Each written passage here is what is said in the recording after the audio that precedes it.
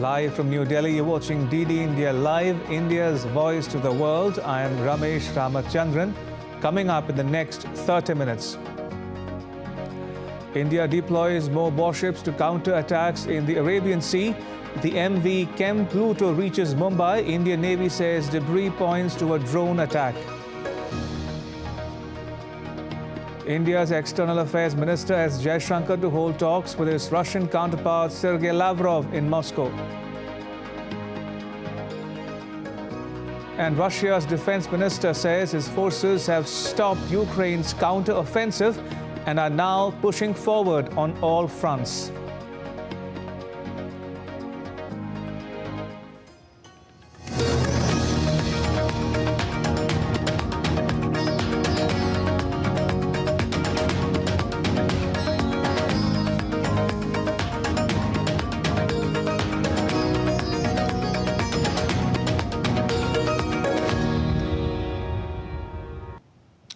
India's Prime Minister Narendra Modi participated in the Veer Bal Divas program at Bharat Mandapam in the nation's capital, New Delhi.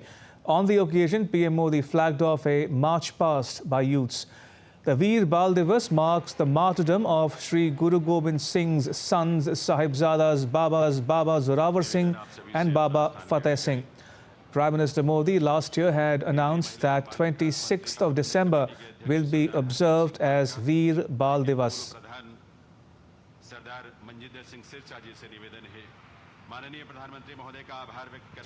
Addressing the event marking Veer Bal Divas, India's Prime Minister Narendra Modi said that youth power can take the country to new heights which is beyond imagination.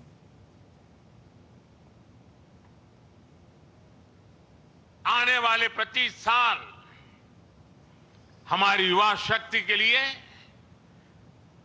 बहुत बड़ा अवसर लेकर आ रहे हैं।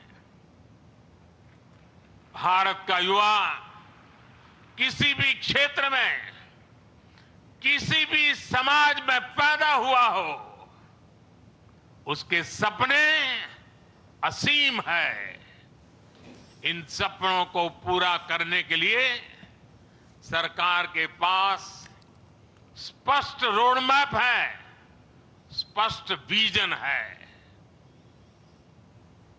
स्पष्ट नीति है, नियत में कोई खोट नहीं है। आज भारत ने जो राष्ट्रीय शिक्षा नीति बनाई है, वो 21वीं सदी के युवाओं में नया सामर्थ्य विकसित करेगी। आज 10,000 अटल टिंकरिंग लैब्स हमारे विद्यार्थियों में इनोवेशन की, रिसर्च की नई ललक पैदा कर रही है। Remembering the sacrifices of the brave Sahibzadas, Prime Minister Modi stressed on taking inspiration from them. आज के भारत के लिए साहिबजादों का बलिदान राष्ट्रीय प्रेरणा का विषय है। आज के भारत में भगवान बिरसा मुंडा का बलिदान, गोविंद गुरु का बलिदान पूरे राष्ट्र को प्रेरणा देता है। और जब कोई देश अपनी विरासत पर ऐसे गर्व करते हुए आगे बढ़ता है, तो दुनिया भी उसे सम्मान से देखती है, सम्मान देती है। Prime Minister Modi said that Veer Bal Divas is a symbol of going to any extent for the protection of Bharatiyata. वीर बाल दिवस भारतीयता की रक्षा के लिए कुछ भी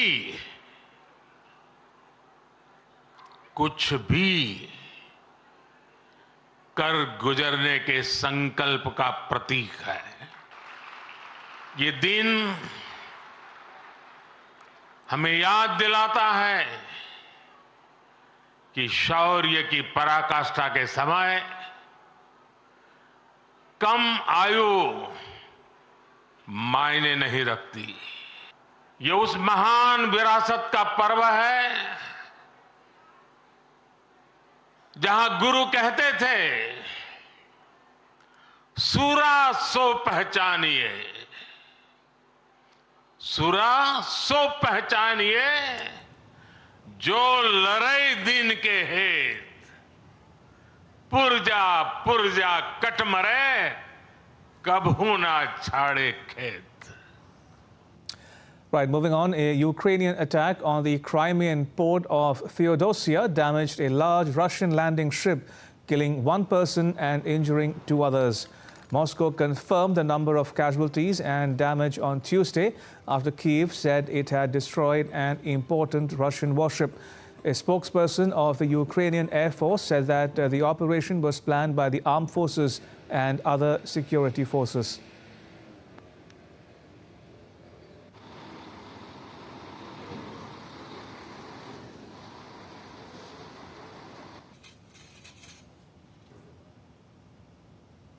The operation was planned by the armed forces and other security forces. Footage that is on air now is impressive indeed. A warship was destroyed, most likely a warship with a set of ammunition, powerful one. If someone has information about the type of ammunition, it will be announced later. Meanwhile, Russia's defense minister Sergei Shoigu has briefed President Vladimir Putin about the Ukrainian attack on the Crimean port of Theodosia and the damage sustained by the Novocherkassk landing ship. This was informed to media by Putin's spokesperson Dmitry Peskov.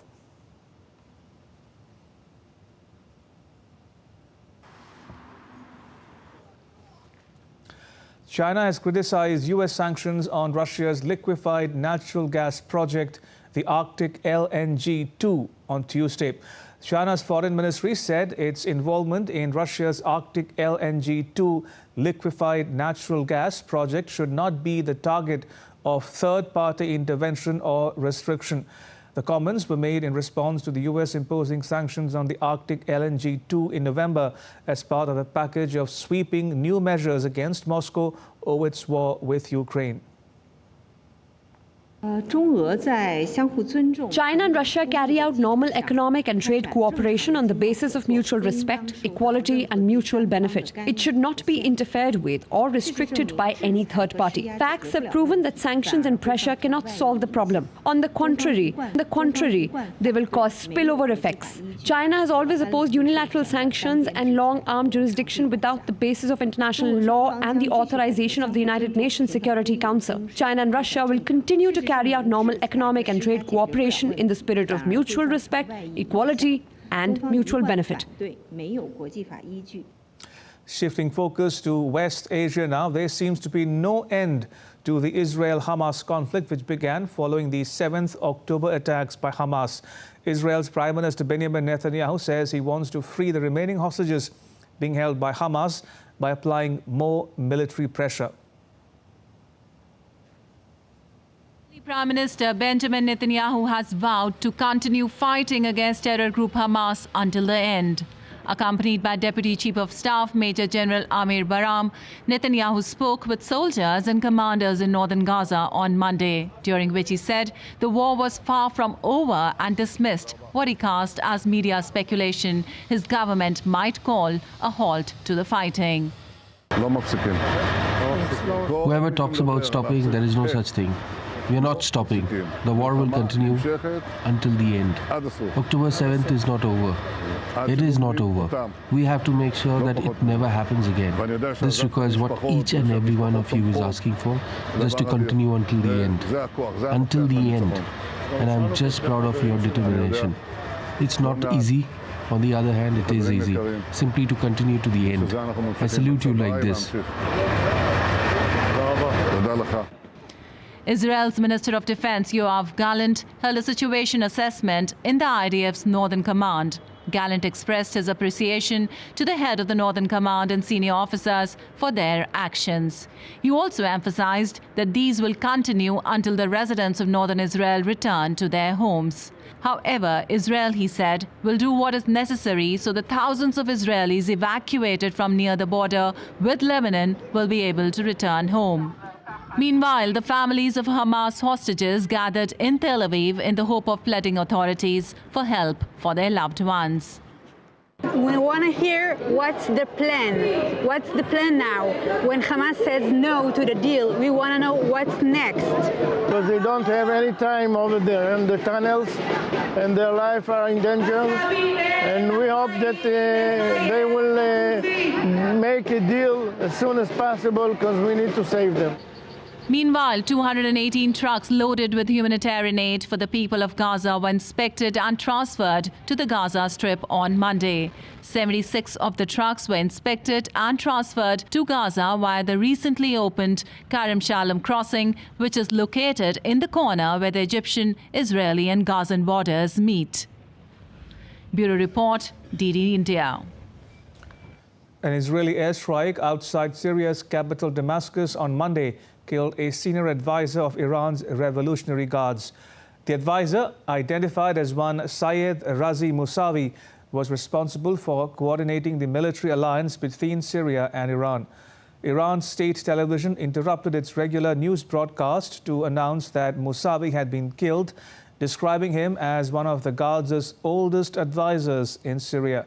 It said that he had been among those accompanying Qasem Soleimani, the head of the Guards' elite Quds force, who was killed in a US drone attack in Iraq in the year 2020.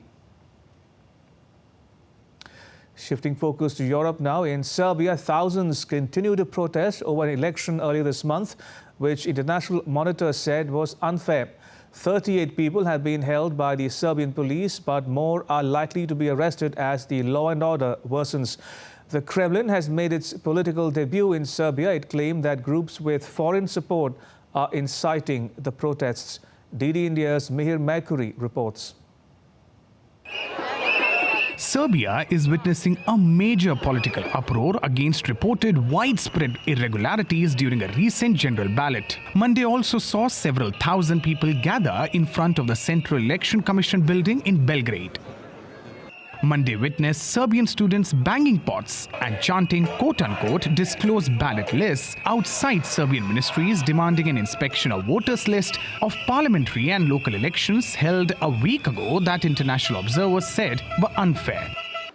As per Serbian police, the opposition's Sunday protest over election results resulted in 38 individuals being detained.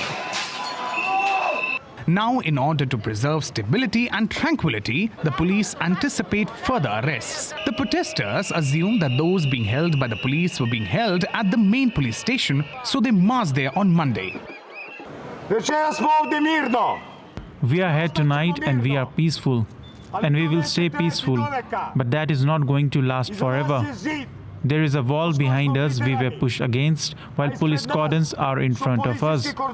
I'm asking Serbian President Alexander Vučić, who is paying for these police batons, who is paying for those pepper sprays and the tear gas, who is paying for that?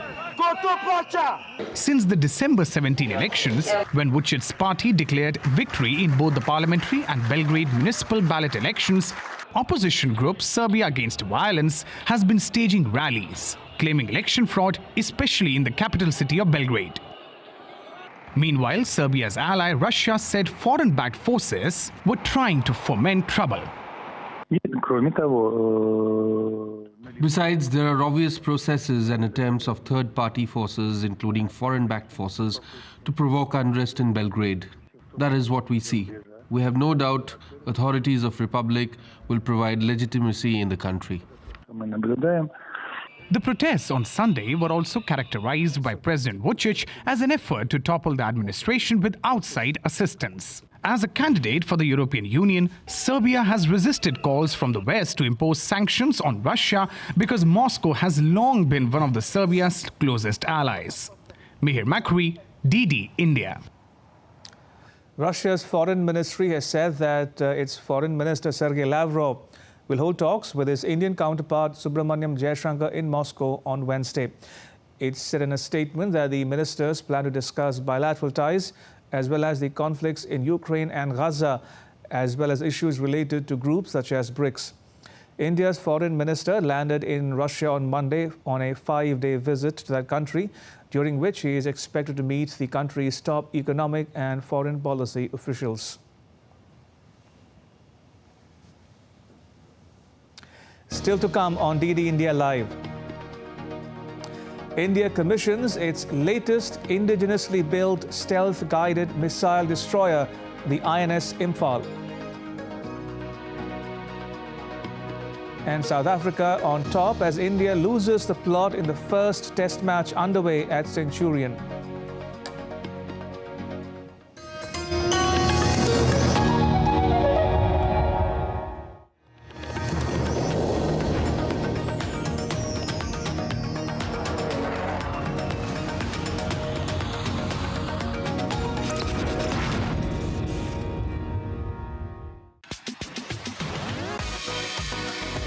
India that invents.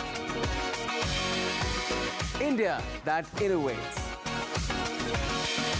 India that excites. India that invites.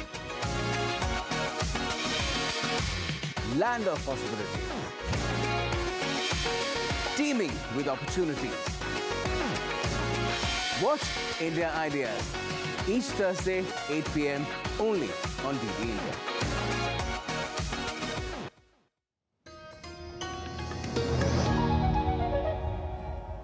You're watching DD India Live. I'm Ramesh Ramachandran. The Indian Navy has commissioned its latest warship, the INS Infal. It's a stealth-guided missile destroyer. The commissioning took place at Naval Dockyard in Mumbai. The event marked the formal induction into the Navy of the third of 4 Visakhapatnam-class destroyers, indigenously designed by the Indian Navy's in-house organization. More in the details in the next report. Increasing the Indian Navy's prowess manifold, the commissioning of INS Infal will strengthen the Indian Navy further, and it could be the best example of Atmanirbharta and could be termed as the best gift for the new year. The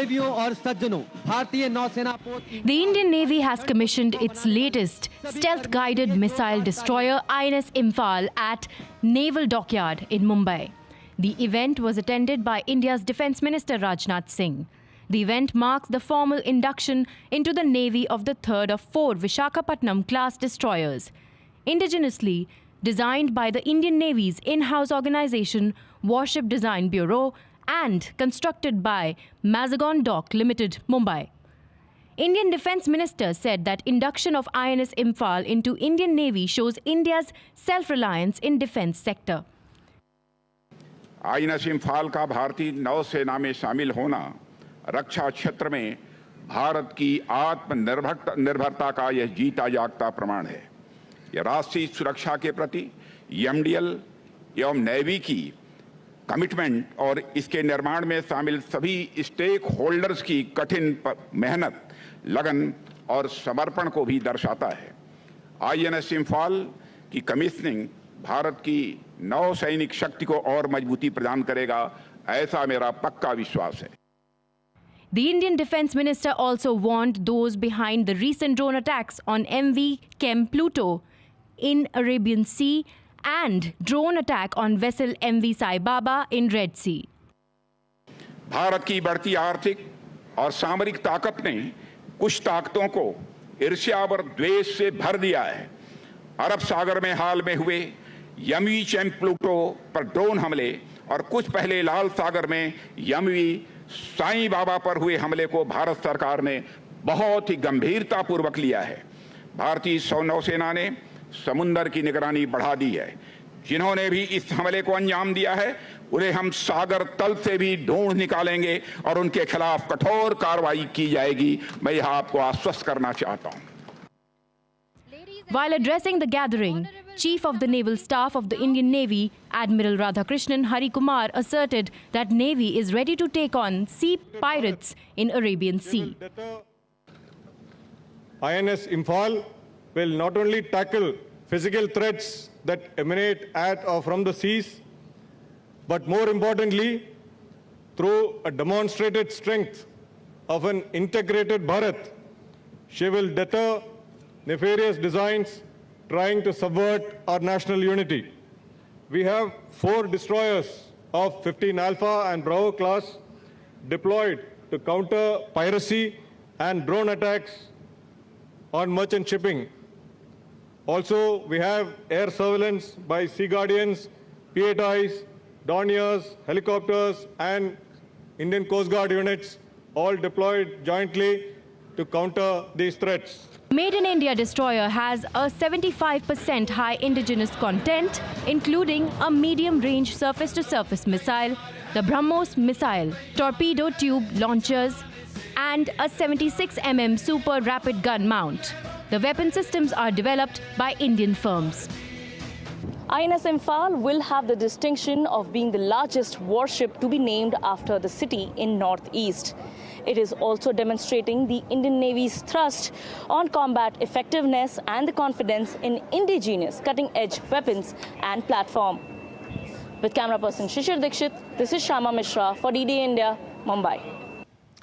India's Prime Minister Narendra Modi's YouTube channel achieved a significant milestone on Tuesday.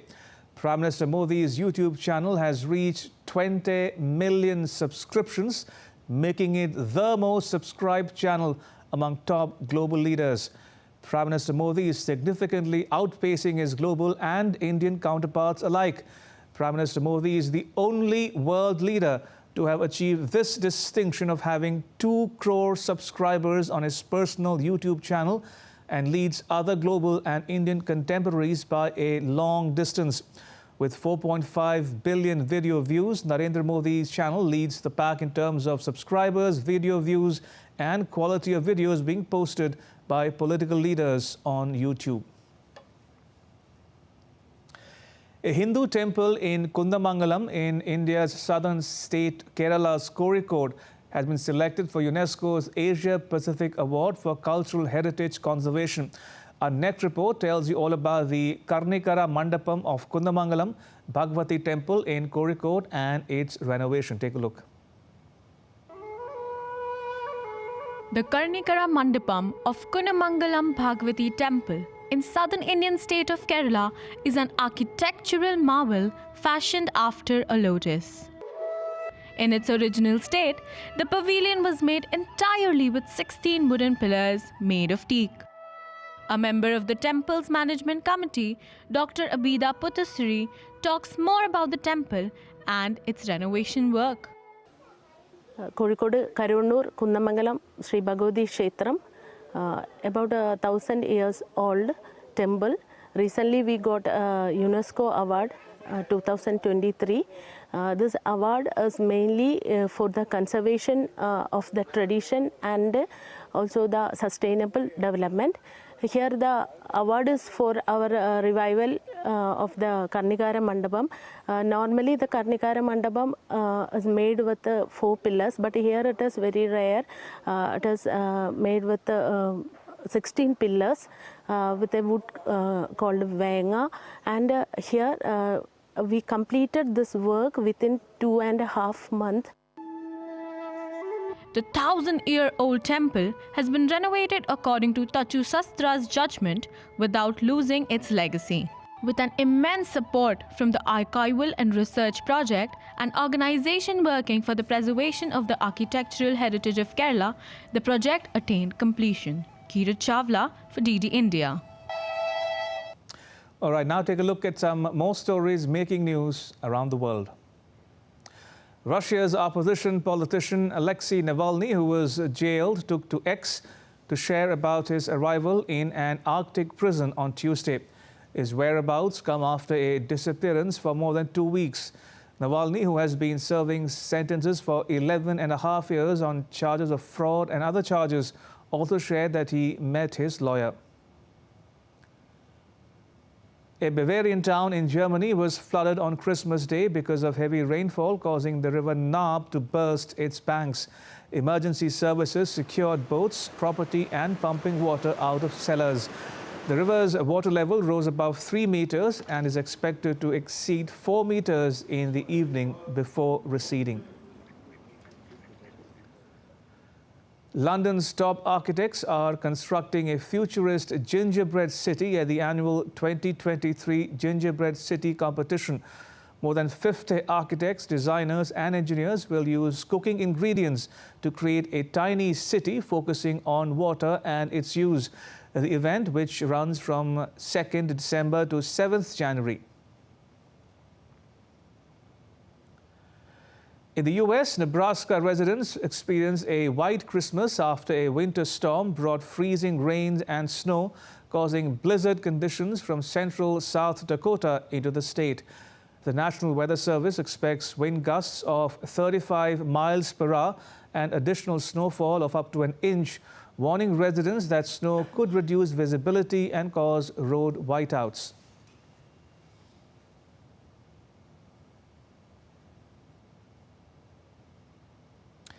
In sports news, India is in dire straits as visitors lose 7 wickets for just over 160 runs in the first test match against South Africa at Centurion on Tuesday. Batters Virat Kohli and Shreyas Iyer tried to guide India to safety by adding more than 65 runs for the 4th wicket, but both fell after lunch interval. Kohli scored 38 while Iyer hit 31. Earlier, South Africa's captain Themba Bavuma won the toss and put India into bat. South Africa made early inroads with debutant Nandre Berger striking twice in his first spell. India was reduced to 24 for 3 at one stage. Fast bowler Prasidh Krishna has made test debut for India. For India, the African country remains the only place where they have not won a test series.